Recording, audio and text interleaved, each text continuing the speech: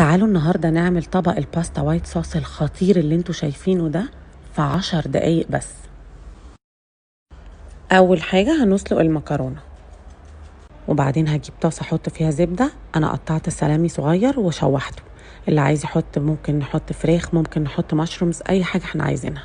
حطيت له توم، وبعد ما شوحت معاه التوم حطيت معلقة دقيق واحدة، وبعدين حطيت مكعب مرقة. دلوقتي بقى هحط مية من مية سلق المكرونة، والستاب دي مهمة قوي. هقلب كويس عشان ما تكلكعش، وبعدين هحط كوباية لبن كامل الدسم وكوباية ونص كريمة حلويات، واقلب كويس. ولما تبتدي تغلي احط لها جبنة مبشورة، ممكن نحط اي نوع جبنة بنحبها. انا شخصيا بحب احط على الباستا وايت صوص جبنة بارميجان. بعد كده هظبط الملح والفلفل عشان اتاكد انها ما تبقاش حادقة. كده الصوص خلص، وبعدين احط الباستا والصوص مع بعض. واهم حاجة الصوص ما يبقاش تقيل، لازم يبقى خفيف.